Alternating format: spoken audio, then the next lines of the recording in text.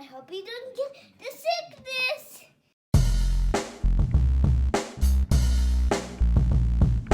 My boy Kurt is a stay-at-home dad, watching Disney movies he never had. His daughter digs through all the VHS, crushing the classics in a princess dress. Informed like Scuttle, Kurt's got your ticket, making it real like Jiminy Cricket. Most off the Captain Hook, but if the Tweedledum, he'll be taking more shots than Bambi's mom. Leaves him raised like Simba, or cracked like the beach dishes. He'll show you a whole new world, you won't need 3 wishes. Stay-at-home Disney dad.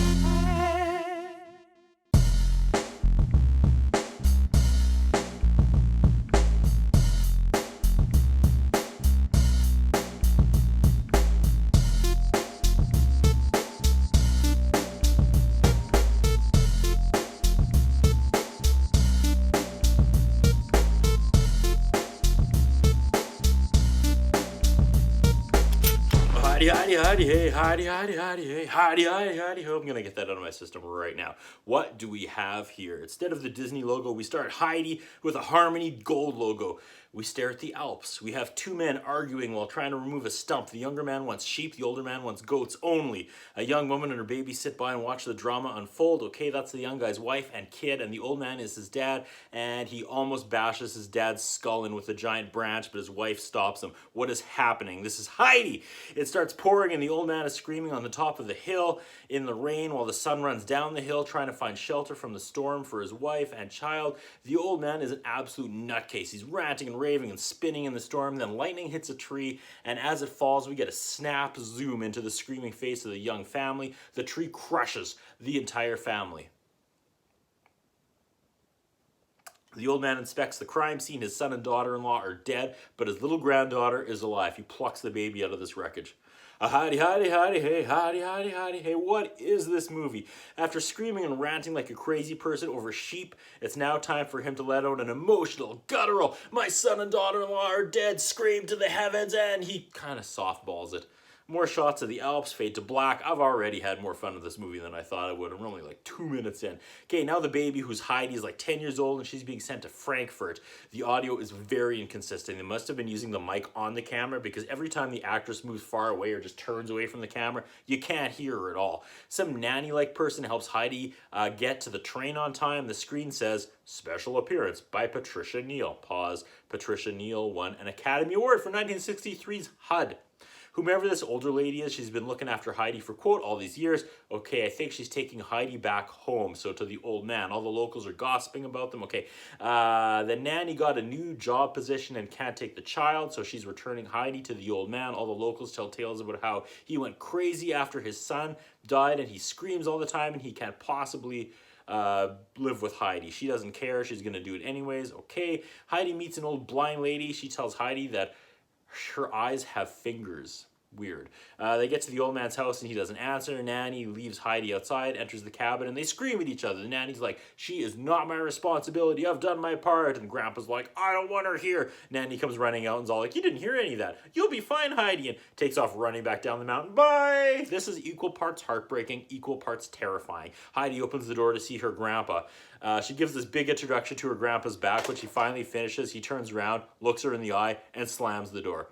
Off to a good start. The old man starts pouring himself hot water, looks up, and Heidi's on the second floor staring down at him. Startled, he burns his hand, and we get another snap zoom into Heidi's terrified face. He rolls into bed, and he goes to sleep. Heidi says a prayer to the stars. This actress is 100% adorable. She sleeps in the hay.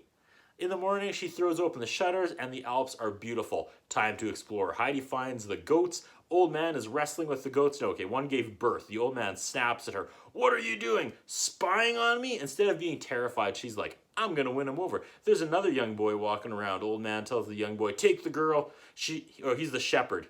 He tells them not to go too high into the mountains because it's dangerous.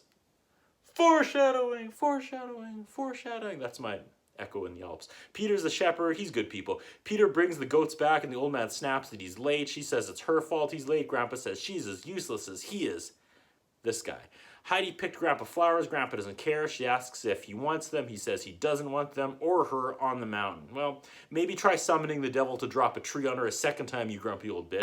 She asks if he named the baby goat. He says there's no reason to, and that is her breaking point. She puts the old man on blast, drops the flowers, and runs into the barn. She cuddles the nameless goat. Old man has a change of heart. He finds them. He brings her some lunch. She cold shoulders him. He's like, fine, starve, and takes away the food. Heidi takes no prisoners. She yells, no wonder you're up here all alone. You're mean and hateful like everyone says. Finish him! Heidi is practicing her speech now before she confronts Grandpa again.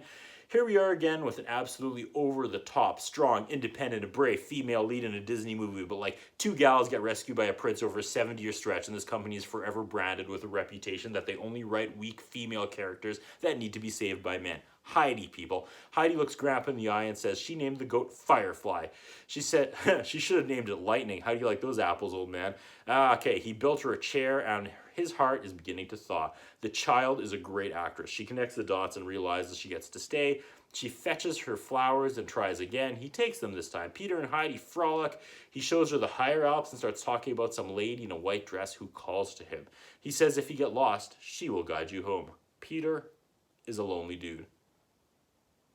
She asks a bunch of questions about her mom and dad, and grandfather is sad.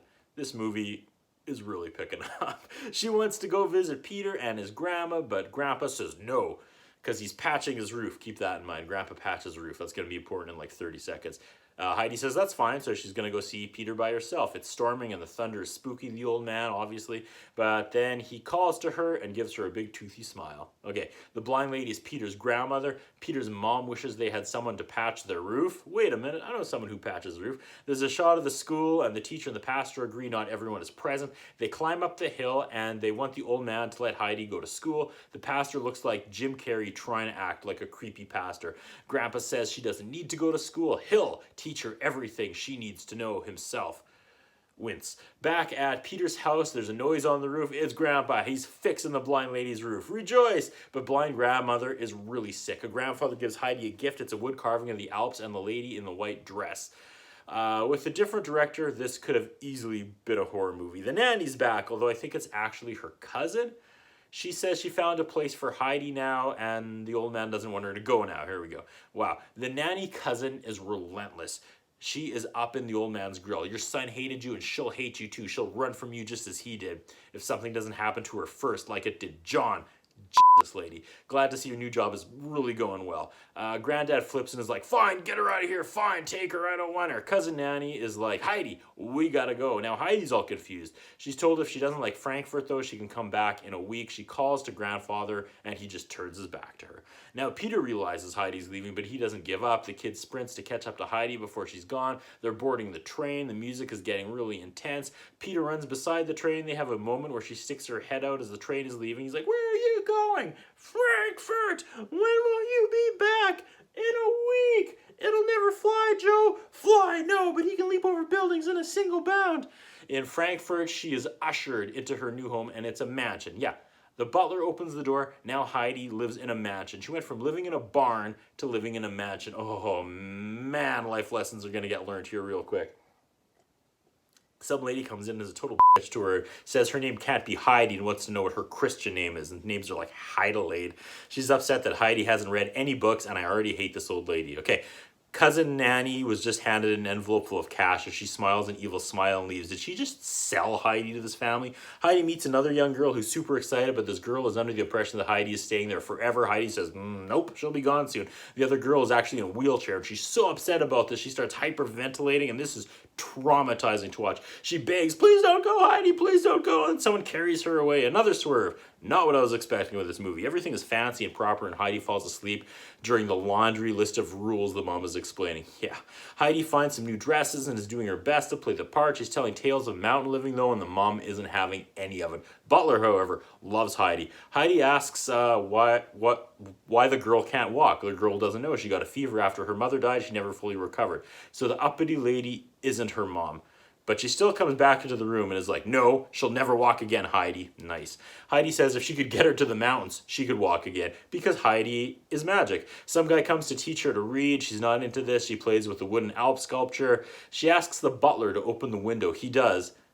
And all she can see is another house. It's blocking her view. This is sad. She wants to see the damn mountains. So she starts running through the the city trying to find something tall. There's intense music while she's running.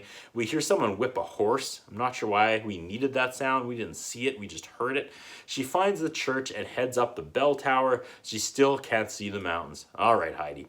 This place sucks. She heads back home. The lady yells at her at school. She draws a picture of the Alps and the teacher rips it up in front of her. She's miserable. All right, everybody, you did it. You broke Heidi. Congrats. Someone gifted the girl a basket of kittens. The woman is allergic to kittens and she flips out. There's chaos and the lady is screaming at Heidi. The other girl has another panic attack and Heidi takes the blame. How long is this movie?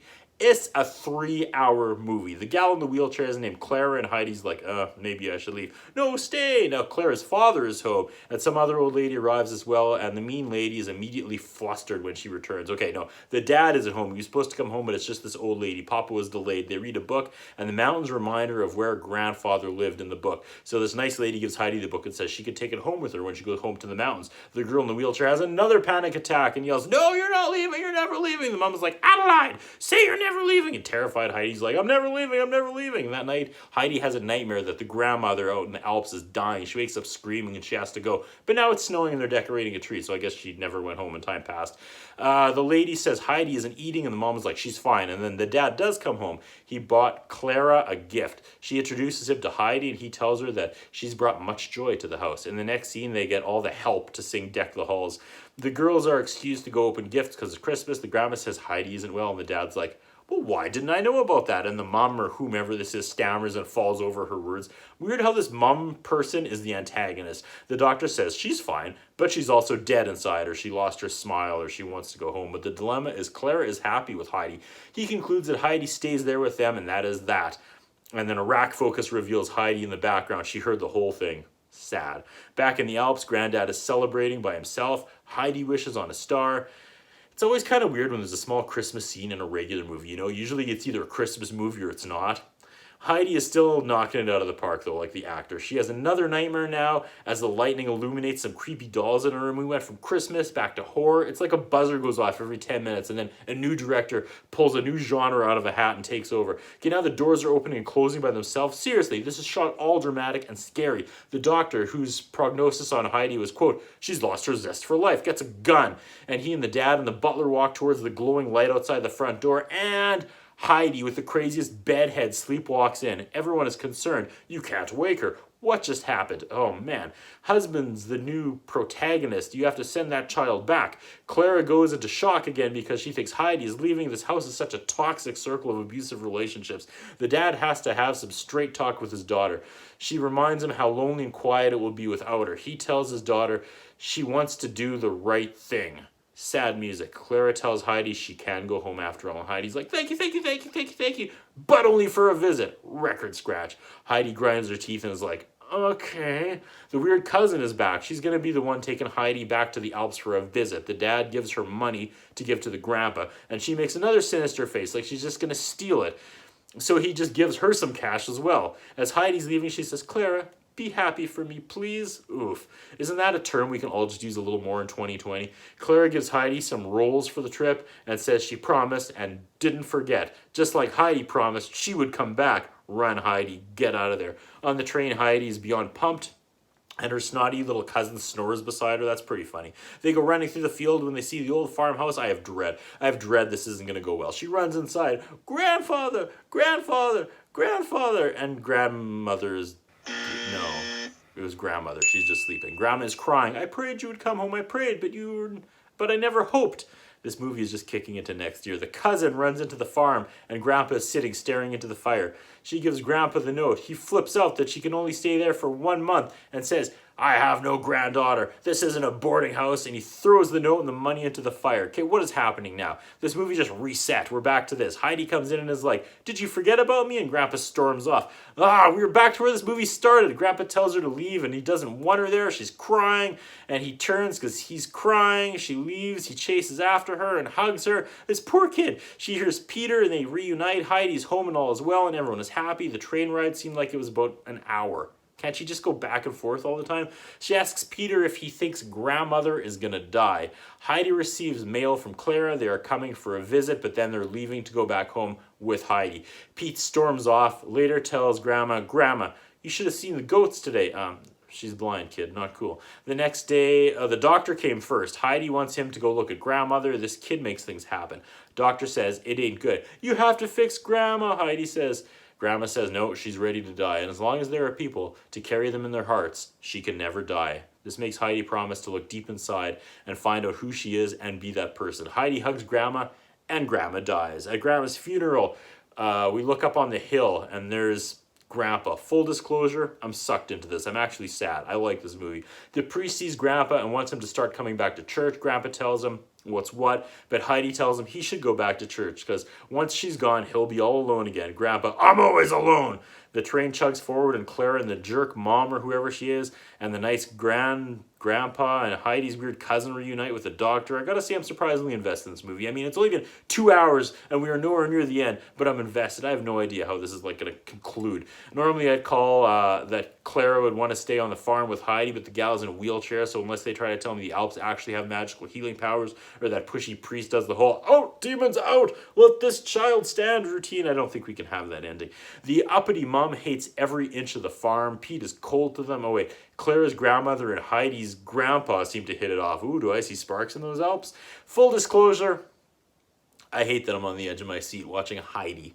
Come on, let Heidi stay with grandpa in the Alps already. Come on, guys. The grandpa explains to grandpa how Heidi will have all the opportunities in the world back at the mansion. Clara wants to spend the night in the farm instead of back at the town at the inn, and the mother is aghast, but everyone says it's a great idea. The girls pass a goat back and forth, and they are laughing, and you can tell this isn't acting. These two kids pass a live goat back and forth, and they're laughing their heads off for real. This is awesome. It was a fun scene. Peter takes the goat away from Clara. They're taking a lot of time showing Grandpa making sure Clara's wheelchair is safe and won't roll down the mountain. I feel like this is setting up Peter to be the ultimate bad guy. Clara starts telling Heidi about all the stuff she has planned for them back at her house, and reality starts setting in. What's gonna happen?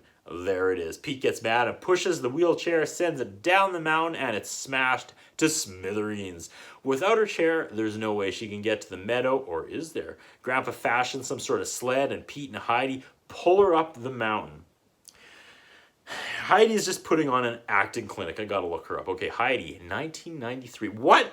I thought this was like a 60s or 70s movie. I can't even process that before Peter carries Clara up the hill, and all three finally have it out. Heidi tells Clara maybe she should try walking, like practice. Ouch! Doesn't work that way, kid. Clara says that's cruel, and he's right. Peter then tells Clara Heidi doesn't want to go back with her, and he's like, tell her! And then suddenly Heidi says she hears the mountain and has an Alp epiphany. She promised Grandma to be true to herself, and she needs to stay on the mountains. Clara snaps at her and calls her a liar, and Peter says it was him that pushed her chair down, and he was glad he did it. This is like the third last episode of Breaking Bad. Like, this is intense. Everything's coming to a head. Heidi tried running away and falls. She rolls down the mountain, ends up hanging from the side like Mufasa. She can't hang on. Peter can't get to her, but Clara crawls over and grabs Peter's leg so he can inch over and get Heidi's hands. Peter yells, pull. Clara says, I can't. Peter snaps, you have to! Heidi, Heidi, Heidi, hey, Heidi, Heidi, Heidi, hey, Heidi, Heidi, Heidi, ho. This is intense. I'm on the edge of my seat at this scene, folks. They pull Heidi to safety just as the branches on the side of the mountain collapse. She would have died. The adults are back, and everyone is so pissed. The kids return, and Clara is having the time of her life on the sled, because, you know, someone almost died, so she feels alive. Dad tells Heidi to get her things. They're leaving now, and Clara drops some truth bombs on the family, and she swings her legs off the sled and stands. Whatever, I'll let that slide. It's the healing power of the Alps. Hallelujah! She starts taking steps. She's walking. It's an Alps miracle. Clara says Heidi is staying. She tells Heidi to go on and tell her grandfather, who is slumping away sad because she thinks Heidi's leaving. Clara is walking behind Heidi now and tells her grandpa. Grandpa looks down, snarls, and says, go back to Frankfurt. You're better off there. Not now, Grandpa! Oh. He chooses this moment to tell her he drove her father away and gave her away like a coward. He storms off again. What the... Heidi is back with Clara and the family. They're about to board the train and go back. Come on! Also, Clara is walking now, walking just fine. She's trying to cheer Heidi up and says they can come back every summer. Now Heidi does another turn and is like, I can't do it. I can't go. Grandfather needs me. They hug and they say goodbye. The family boards the train. Clara's grandma says Heidi Stay just as you are. Stay just as you are. The train leaves with the family and Heidi begins running back to the farm. First up is Pete. She kisses him and keeps on running. She turns and says, "Go to school, Pete!" In shock, he's like, "I will!" She runs inside, yelling, "Grandfather, grandfather!" I swear to God, if grandfather's dead, I'm shutting this whole review series down right now. I can't do this anymore. But no, he's out in the field. And she says she's not leaving because she's home. And they hug and they stare at the sun. Freeze frame. We are done. That was a marathon. What does Dr. Google say about Heidi? Heidi was Noli Thornton. She was in 2 seasons of Beverly Hills 90210 and quit the biz after 98, which is a shame. An actual injustice. Gal could act. Claire was Lexi Randall, who went on to be an Are You Afraid of the Dark? Yeah! Heidi was a lot of fun. I've been dreading these live Disney movies, but man, Heidi was good times. That's what I think about. What do you think? What we have is a concern about Curtis Anderson. His interviewing style is not the best. His personal appearance is not the best. I was wondering if the man has some kind of a hold over the channel that he's allowed to be employed for so long with the standards of journalism and personal appearance that he has. Thank you.